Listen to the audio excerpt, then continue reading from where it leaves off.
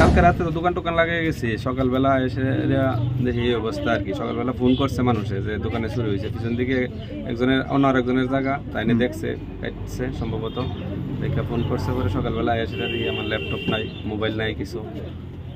আচ্ছা, কালকে অনুমান আপনি দোকান কয়টার সময় লাস্ট লাগাই গেছিলেন? তো 9টা 9:15 এরকম।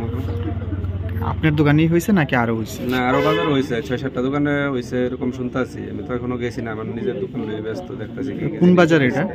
মধুপুর বাজারে। থানাওয়ালা আইছে? হ্যাঁ, থানার তারা আইছে, সেটা তো লেখা রেখা নিছে কি কি জিনিস চুরি হয়েছে। আপনার মানে কিরকম চুরি গেছে আপনার মূল্য অনুমান?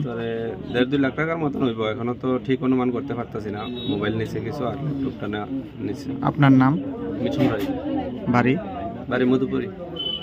কালকে রাত্রে আমরা দোকান আমি 2টার সময় বাড়িতে গেছি গিয়া, তো সকালবেলা একজন বন্ধু ফোন দিছে, বন্ধু তোমার দোকান তো কাইটা লাইছে।